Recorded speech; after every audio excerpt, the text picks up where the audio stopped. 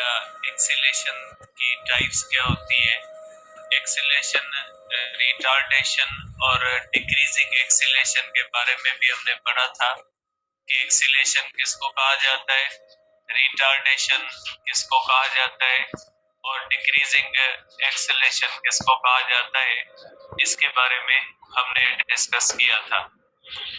अब बेटा हमने जो मोशन पढ़ी है, इस मोशन के अंदर आप अगर इसको कैटेगराइज करें तो किसी भी बॉडी के अंदर दो किस्मों की मोशन हो सकती है और उसमें एक मोशन वो होती है जिसके बारे में हम कहते हैं कि ये यूनिफॉर्म वेलोसिटी वाली मोशन है, जिसके अंदर किसी भी किस्म की एक्सीलेशन नहीं होती।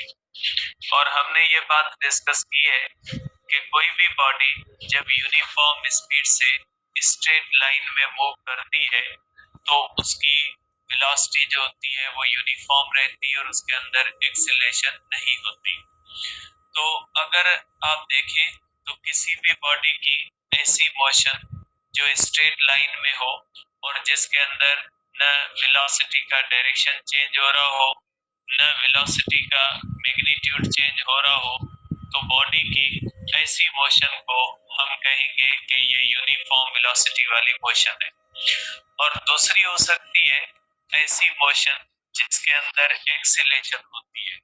ठीक है, तो बॉडीज दो कंडीशन में मूव कर सकती है, एक तो यूनिफॉर्म वेलोसिटी के साथ मूव कर सकती है और एक जो होती है वो विद एक्सीलेशन मूव कर सकती है।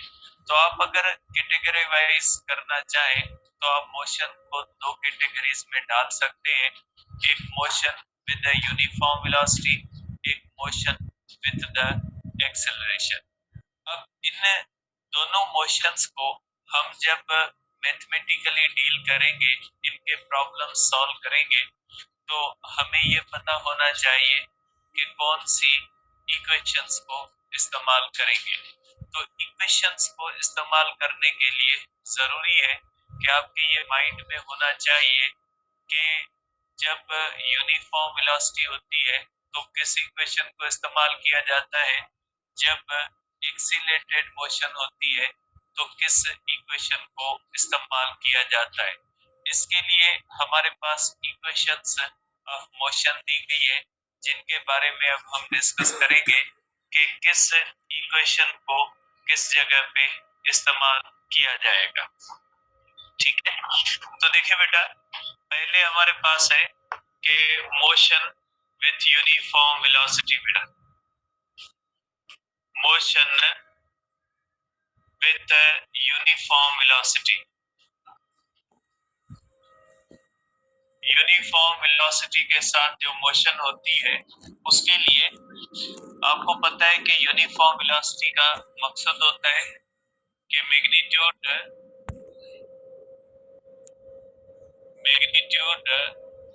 ऑफ वेलोसिटी, ठीक है, या आप इसको कह सकते हैं speed and direction of velocity and direction of velocity is not changing. ठीक है, इसके अंदर मैग्नीट्यूड और डायरेक्शन चेंज नहीं हो रहा, only possible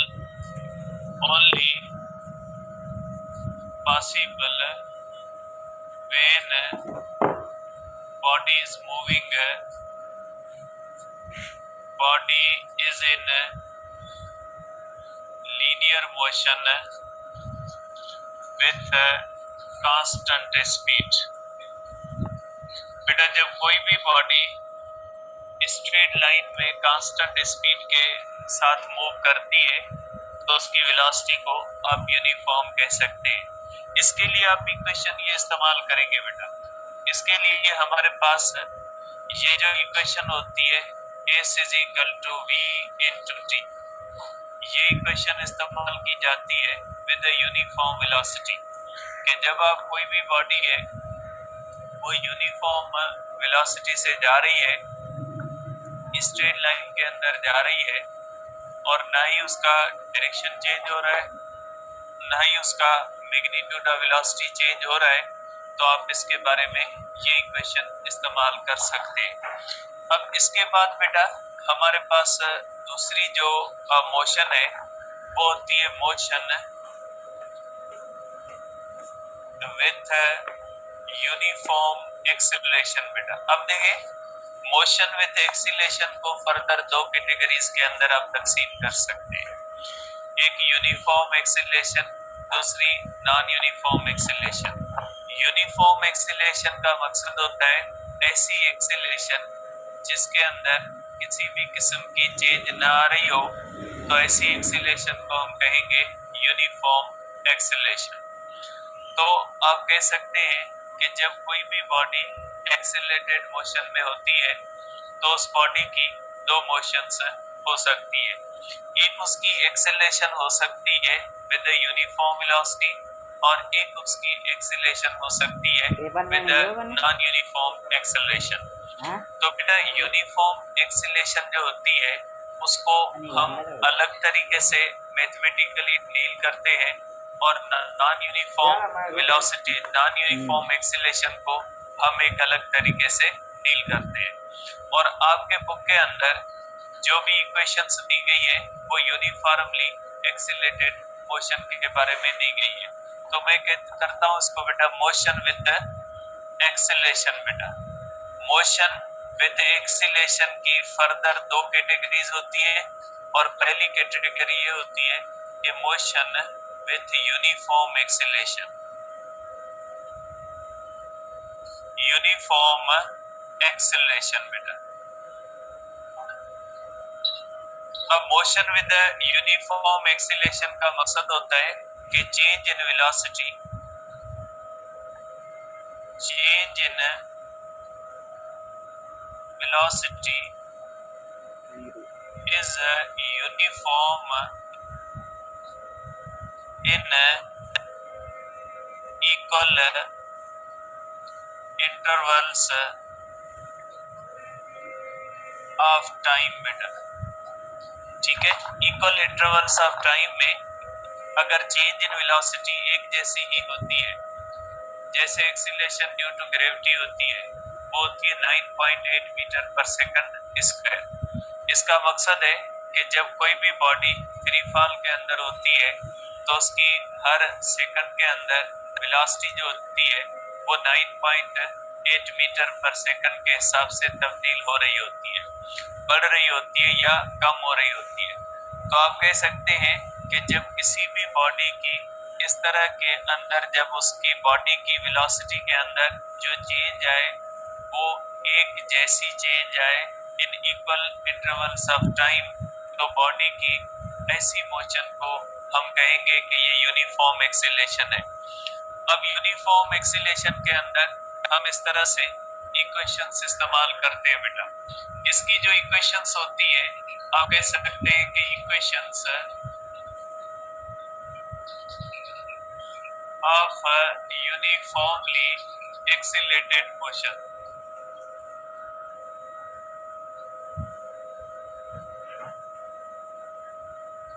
uniformly accelerated motion. ठीक है बेटा, अब इसकी इक्वेशंस कौन सी होती है बेटा? इसकी एक इक्वेशन ये होती है बेटा कि VF is equal to VI plus A into T। बेटा ये इक्वेशन उसी सूरत में इस्तेमाल होगी जब एक्सीलरेशन जो होती है बेटा, एक्सीलरेशन यूनिफॉर्म है। बेटा ये ध्यान में रखिएगा कि अगर नॉन यूनिफॉर्म एक्सीलरेशन है तो ये इक्वेशन इस्तेमाल नहीं की जा सकती। ठीक है, तो आप कहेंगे बेटा कि जब कोई भी बॉडी यूनिफॉर्म एक्सीलरेशन से जाएगी तो उसके लिए आप ये इक्वेशन इस्तेमाल कर सकते हैं। दूसरी इक्वेशन आपके पास ये हो सकती है कि हमारे पास बेटा S is equal to VIT plus 1/2 AT square. ये इक्वेशन जो होती है बेटा, इसके अंदर भी ये एक्सीलरेशन जो है, ये एक्सीलरेशन यूनिफॉर्म है बेटा। तो ये इक्वेशन जो होती है बेटा, इसके अंदर इसको भी आप इस्तेमाल कर सकते हैं फॉर यूनिफॉर्म एक्सीलरेशन बेटा। और तीसरी इक्वेशन ये होती है बेटा इस तरह से कि vf square minus vi square is equal to 2as बेटा। और इसके अंदर भी ये एक्सीलरेशन जो होती है बेटा, ये एक्सीलरेशन यूनिफॉर्म एक्सीलरेशन है बेटा। तो ये इक्वेशन भी आप उसी सूरत में इस्तेमाल कर सकते हैं जब किसी भी बॉडी की जो मोशन हो वो यूनिफॉर्म एक्सीलरेशन से हो। बेटा आप ये भी कर सकते हैं, इसको आप एमसीक्यूज के अंदर इस्तेमाल कर सकते हैं, S N is equal to we I plus sorry बेटा S N is equal to we I minus 2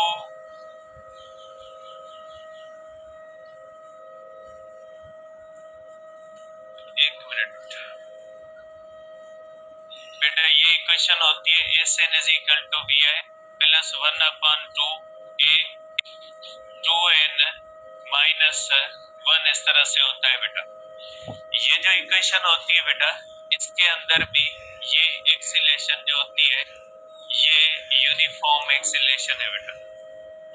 तो ये जो इक्वेशंस है बेटा, 4-5 इक्वेशंस मैंने लिखी है, इसके सिवा भी आप छोटी छोटी इक्वेशंस बना सकते हैं, लेकिन ये इक्वेशंस उसी सूरत में अप्लाई हो सकती है जब इसके अंदर एक्सीलरेशन जो होती है वो यूनिफॉर्म होती है।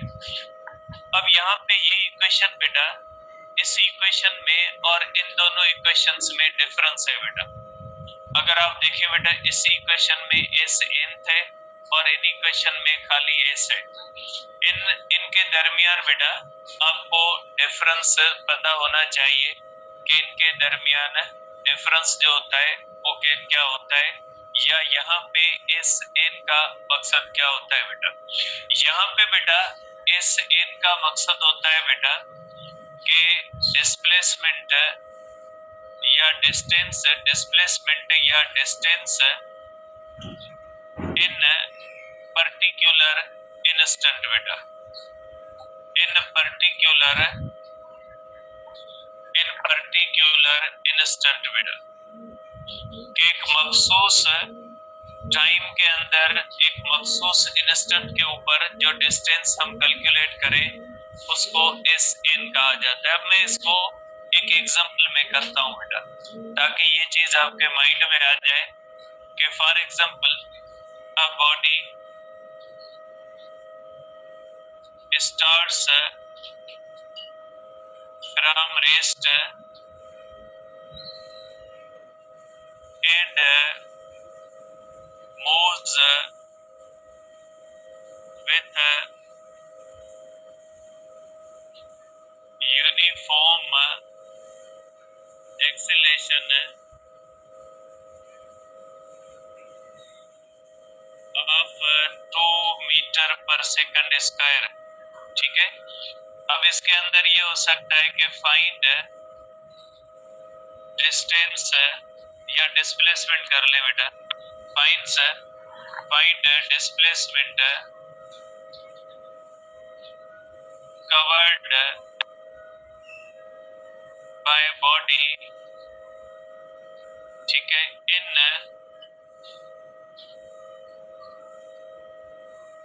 10 सेकंड्स। नंबर बी बेटा इन 10th सेकंड बेटा। अब इन दोनों में फर्क है बेटा, इसमें इसका मतलब है कि टोटल 10 सेकंड में कितना डिस्प्लेसमेंट हुआ, इसका मतलब है कि अकेले 10वें सेकंड के अंदर कितना हुआ। पहला क्वेश्चन जो ए है वो कहता है कि टोटल 10 सेकंड के अंदर कितना डिस्प्लेसमेंट हुआ। जो क्वेश्चन बी है वो कहता है कि जो 10वां सेकंड है उसके अंदर कितना डिस्टेंस हुआ। तो बेटा इन दोनों को ये जो होता है बेटा कि टोटल 10 सेकंड के लिए ये इक्वेशन इस्तेमाल होगी बेटा।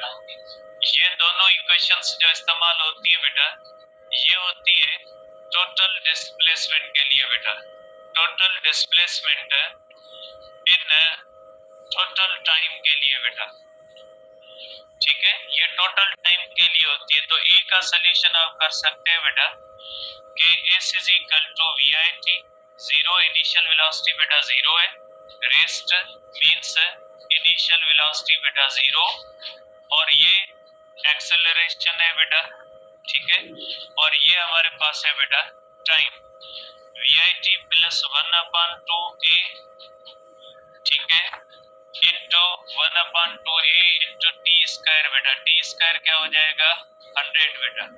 तो इसका आंसर क्या आ जाएगा बेटा, इसका आंसर आ जाएगा 100 मीटर बेटा।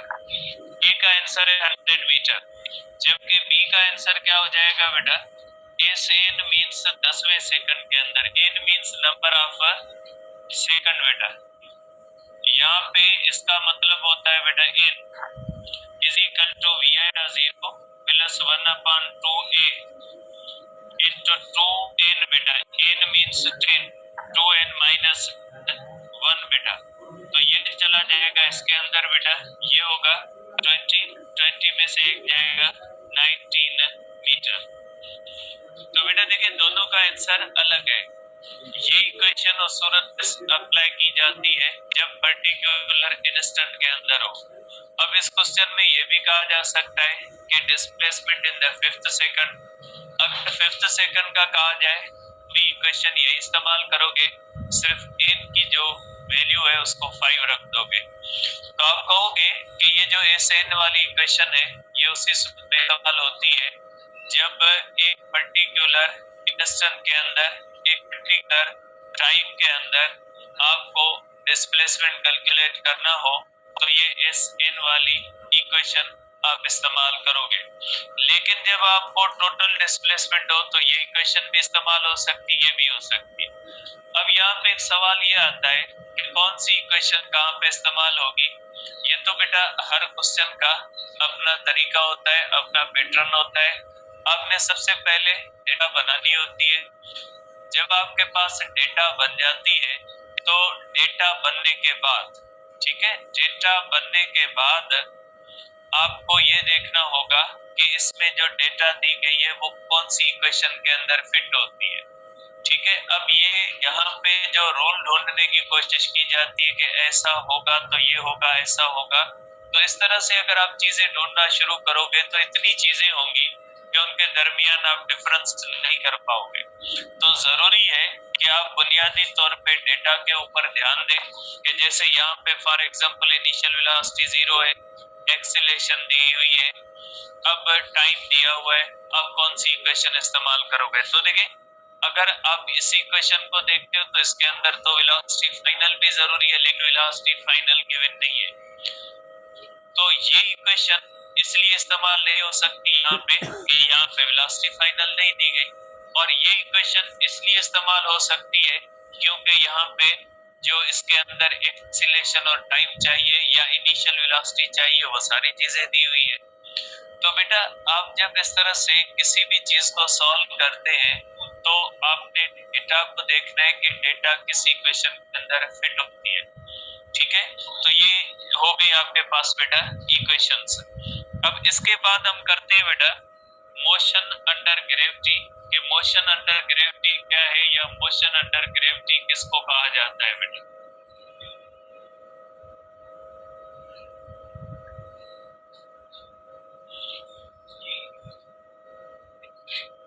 मोशन अंडर ग्रेविटी या फ्री फॉल किसको कहा जाता है बेटा।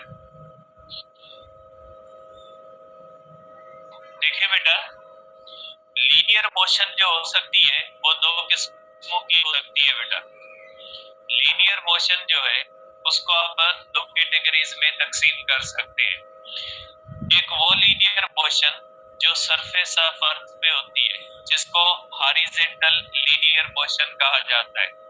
एक वो मोशन होती है जो स्ट्रेट अप या डाउन होती है, उसको कहा जाता है वर्टिकल लीनियर मोशन।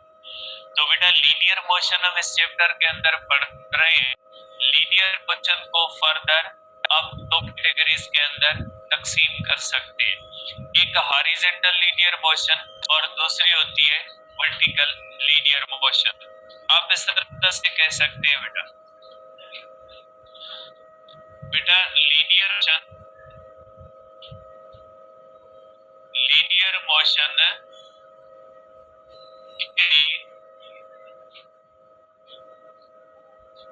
एक हो सकती है बेटा, linear motion can be horizontal linear motion, horizontal linear motion बेटा, हॉरिजॉन्टल लीनियर मोशन। ठीक है बेटा, अब आप हॉरिजॉन्टल लीनियर मोशन को कह सकते हैं कि लीनियर मोशन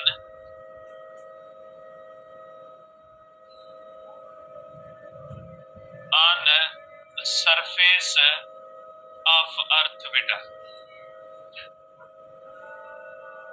बेटा सरफेस ऑफ अर्थ पे इस तरह से बेटा, सपोज करें कोई भी बॉडी है बेटा, इस तरह से कोई भी बॉडी मूव कर रही है, तो इसको कहा जाता है इस लाइन के अंदर कि ये हॉरिजॉन्टल लीनियर मोशन है बेटा। हॉरिजॉन्टल लीनियर मोशन, कोई भी बॉडी सरफेस ऑफ अर्थ पे अगर स्ट्रेट लाइन में जा रही है तो हम कहेंगे उसकी हॉरिजॉन्टल लीनियर मोशन। अब हॉरिजॉन्टल लीनियर मोशन के ऊपर ग्रेविटी का क्या रोल होगा बेटा? ग्रेविटी का कोई भी रोल नहीं होता हॉरिजॉन्टल लीनियर मोशन पे। तो बेटा ये यहाँ पे एक बहुत इंपॉर्टेंट बात होती है, ठीक है, कि gravity can not affect velocity और अदर फैक्टर्स बेटा, और other factors of body in horizontal linear motion, because angle between direction of motion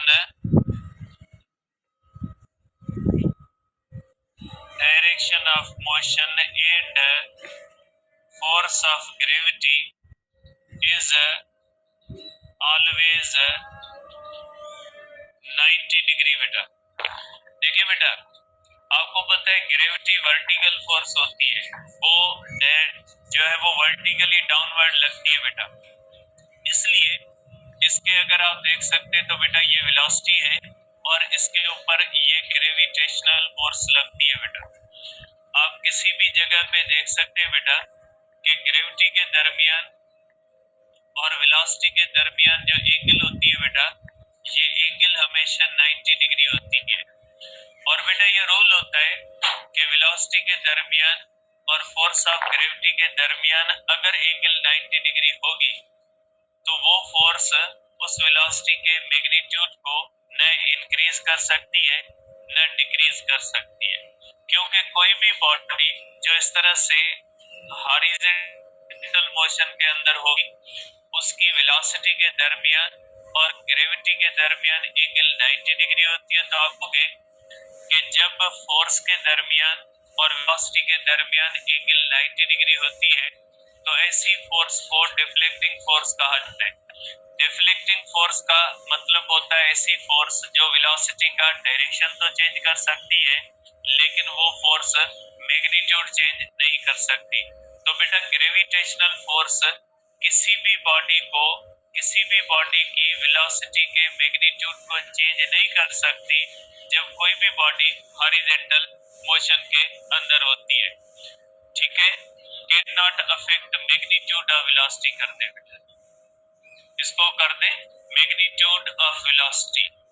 तो ये आप कह सकते हैं बेटा कि हॉरिजॉन्टल लीनियर मोशन के ऊपर ग्रेविटी का कोई भी रोल नहीं होता बेटा। अब दूसरी होती है बेटा, दूसरी होती है वर्टिकल लीनियर मोशन बेटा, ठीक है। Vertical linear motion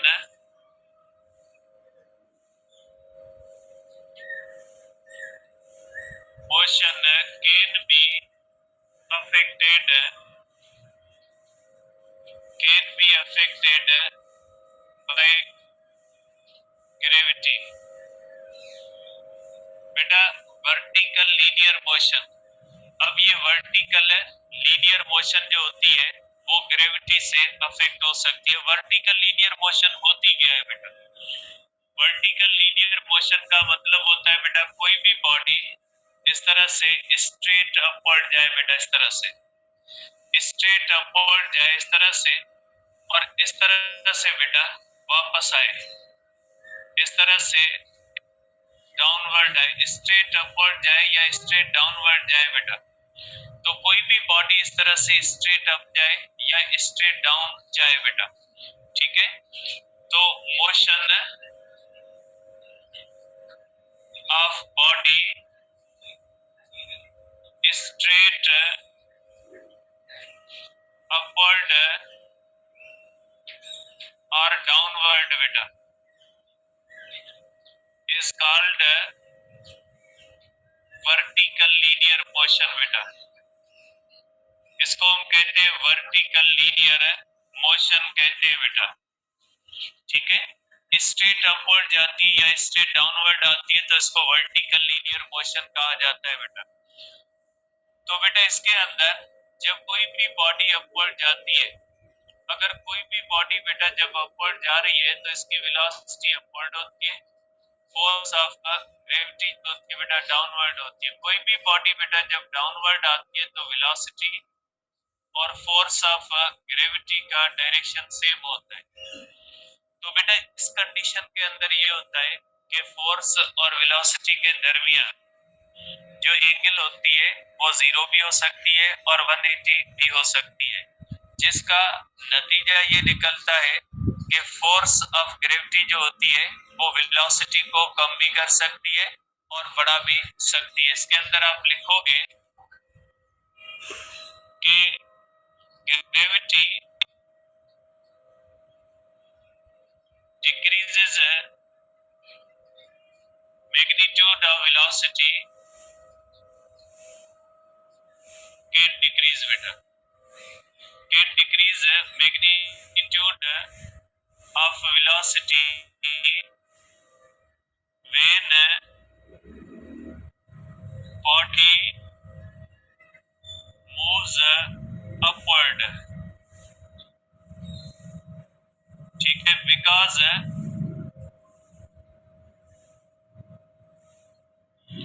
V and FG are opposite to each other। बेटा जब इस तरह से कोई भी बॉडी ऊपर जाती है तो वेलोसिटी के दरमियान और फोर्स ऑफ ग्रेविटी के दरमियान एंगल 180 होती है, इसलिए वेलोसिटी के मैग्नीट्यूड को डिक्रीज करती है बेटा। ग्रेविटी कैन इंक्रीज, ठीक है बेटा, gravity can increase magnitude of velocity, magnitude of velocity when body moves downward, because V and are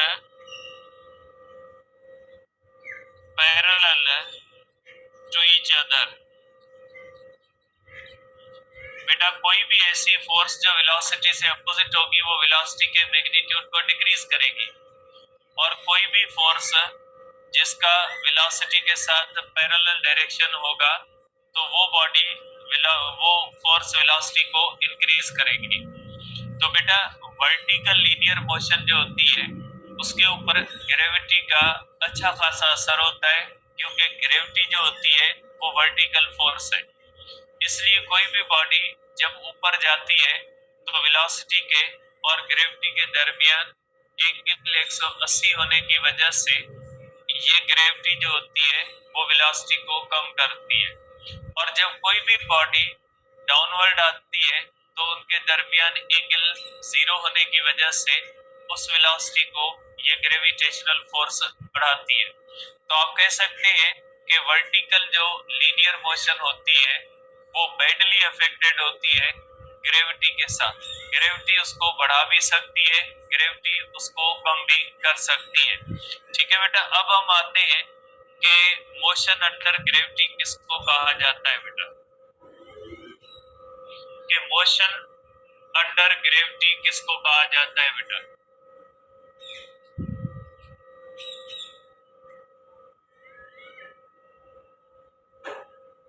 बेटा मोशन अंडर ग्रेविटी या फ्री फॉल किसको कहा जाता है बेटा, मोशन अंडर ग्रेविटी या फ्री फॉल किसको कहा जाता है। बेटा नाम से जैसे पता लगता है कि ऐसी मोशन जिस मोशन की वजह ग्रेविटी हो। जैसे फॉर एग्जांपल बेटा ये पेन है, इसको मैंने इस तरह से पकड़ा हुआ है, अगर मैं इस पेन को इस तरह से ड्रॉप करूं तो ये पेन जो नीचे मूव करती है ये ग्रेविटी की वजह से मूव करती है। अगर फॉर एग्जांपल मैं इसको ऊपर थ्रो करूं तो ये जो ऊपर जाती है तो इसकी मोशन को भी ग्रेविटी ही कंट्रोल कर रही होती है, क्योंकि मेरे थ्रो करने के बाद इसके ऊपर मेरा कोई भी असर नहीं रहता या मैं इसको कंट्रोल नहीं कर रहा होता। तो बेटा आप कह सकते हैं कि किसी भी बॉडी की ऐसी मोशन जिस मोशन के अंदर सिर्फ और सिर्फ ग्रेविटी उस बॉडी को कंट्रोल कर रही होती है, तो बॉडी की ऐसी मोशन को हम कहते हैं मोशन अंडर ग्रेविटी या फ्री फॉल। तो फ्री फॉल का मकसद क्या हुआ कि बॉडी की ऐसी मोशन जो under the influence of gravity हो, तो बॉडी की ऐसी मोशन को हम कहते हैं फ्री फॉल या मोशन अंडर ग्रेविटी बेटा। तो आप कहेंगे कि अपवर्ड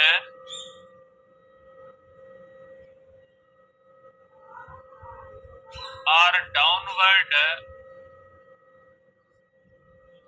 मोशन ऑफ बॉडी, ठीक है, अपवर्ड और डाउनवर्ड लीनियर मोशन बेटा। लीनियर स्ट्रेट लाइन में होना जरूरी है बेटा, इससे तो प्रोजेक्टाइल भी होता है, वो फ्री फॉल नहीं होता। अपवर्ड और downward linear motion of body under action under influence या action of gravity only is called free fall बेटा। ठीक है बेटा, अपवर्ड और downward linear motion of body under influence of gravity only is called free fall बेटा। किसी भी body की अपवर्ड या डाउनवर्ड लीनियर मोशन बेटा, या आप इसको एक और तरह से भी कह सकते हैं, या आप इसको इस तरह से भी कह सकते हैं free fall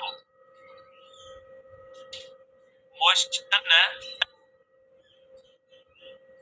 of body under action of gravity in which, ठीक है बेटा, इसके अंदर दो चीजें हो।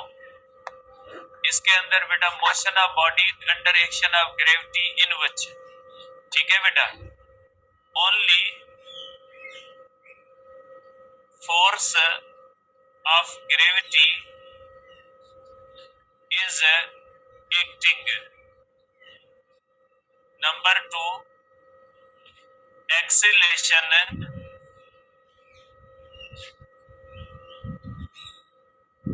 is equal to acceleration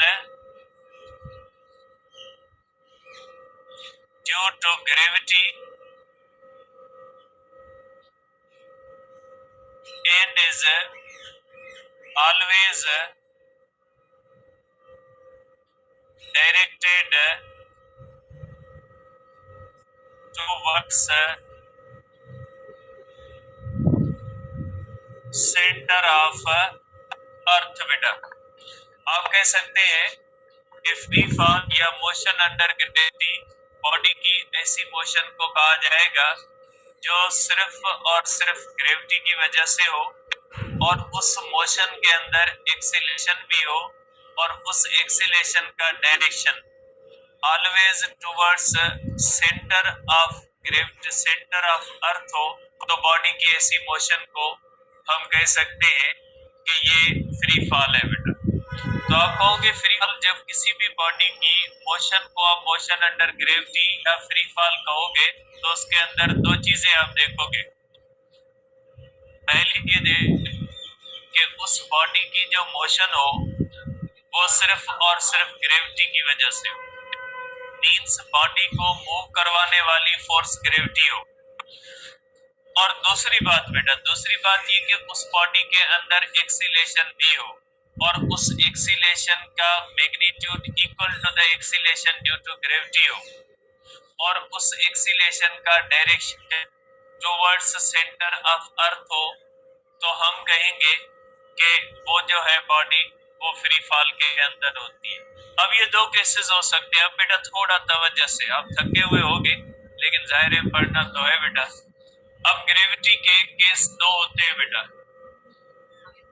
पहला ये केस होता है बेटा कि अपवर्ड और downward motion of body in straight line बेटा।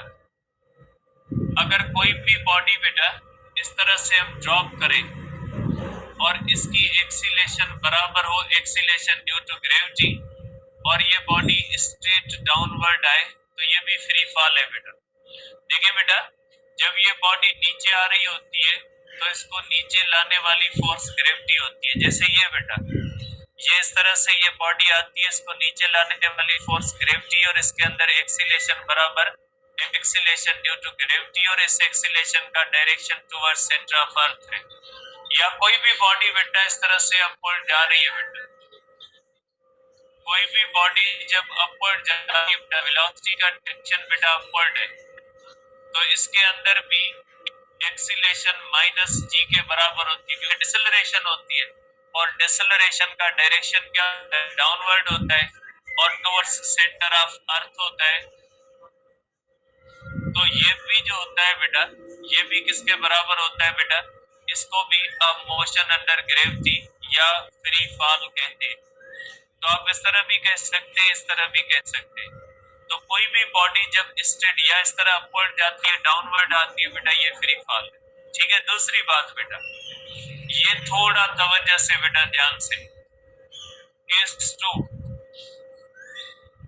ठीक है बेटा, केस 2 कौन सा होता है बेटा, मोशन ऑफ प्लैनेट्स। बेटा जो मोशन ऑफ प्लैनेट्स होती है, अब यहाँ पे बात होती है फ्री फॉल का, बच्चे मकसद ले लेते हैं कि बॉडी स्ट्रेट अप जाए या स्ट्रेट, नहीं बेटा ऐसे नहीं होता। स्ट्रेट अप या स्ट्रेट डाउन जाना मतलब नहीं होता। फ्री फॉल या मोशन अंडर ग्रेविटी के अंदर दो चीजें होनी चाहिए। वो मोशन ग्रेविटी की वजह से हो बेटा, प्लैनेट्स की मोशन ग्रेविटी की वजह से। अर्थ रिवॉल्व कर रही है राउंड सन, अर्थ रिवॉल्व कर रही है राउंड सन, ये ग्रेविटी की वजह से कर रही है। मून रिवॉल्व कर रहा है राउंड अर्थ, ग्रेविटी की वजह से कर रहा है। आर्टिफिशियल सैटेलाइट्स रिवॉल्व कर रहे हैं राउंड अर्थ, ग्रेविटी की वजह से।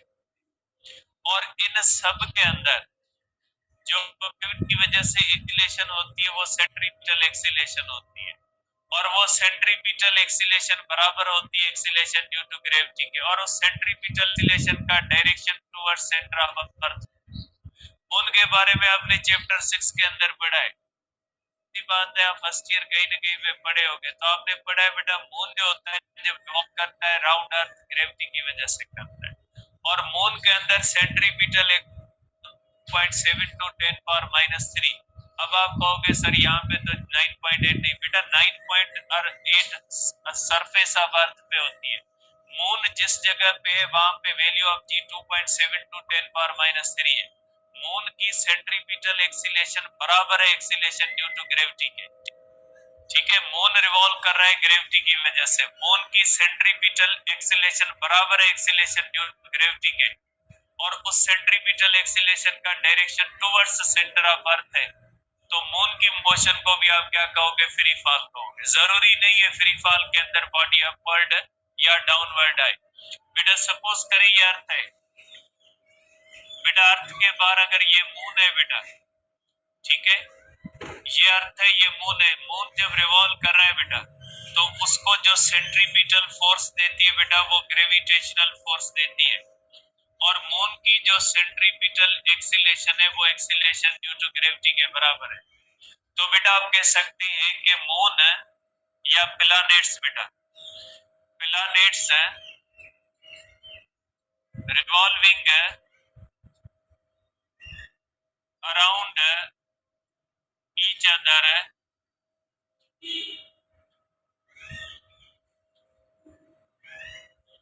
planets revolving are also in free fall बेटा।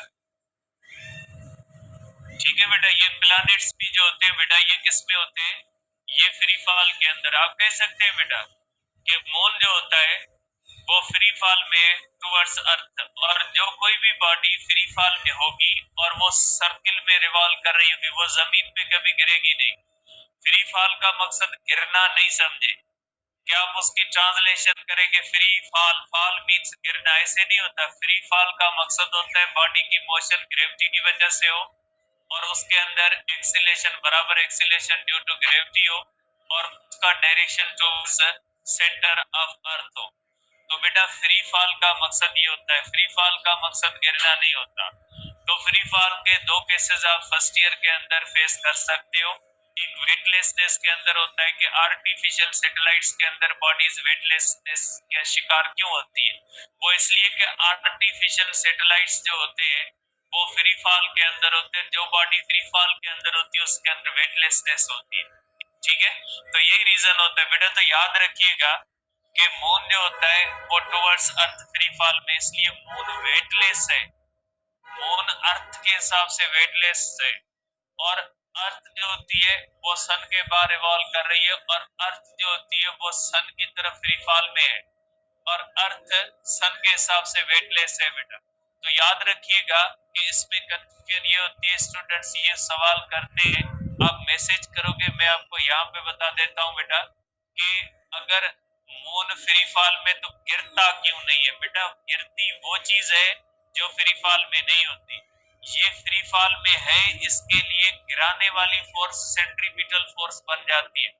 जब गिराने वाली ग्रेविटी सेंट्रीपिटल फोर्स बन जाए तो गिराएगा कौन, तो इसलिए कोई भी ऐसी रोटेटिंग बॉडी जो फ्री फॉल में होगी वो कभी भी एक दूसरे के ऊपर गिरेगी नहीं, कभी भी मून अर्थ के ऊपर गिरेगा नहीं, क्योंकि फ्री फॉल के अंदर है। जो सैटेलाइट फ्री फॉल के अंदर नहीं होता वो जमीन पे गिरता है, वो सैटेलाइट जो फ्री फॉल में होता है वो जमीन पे गिरेगा नहीं।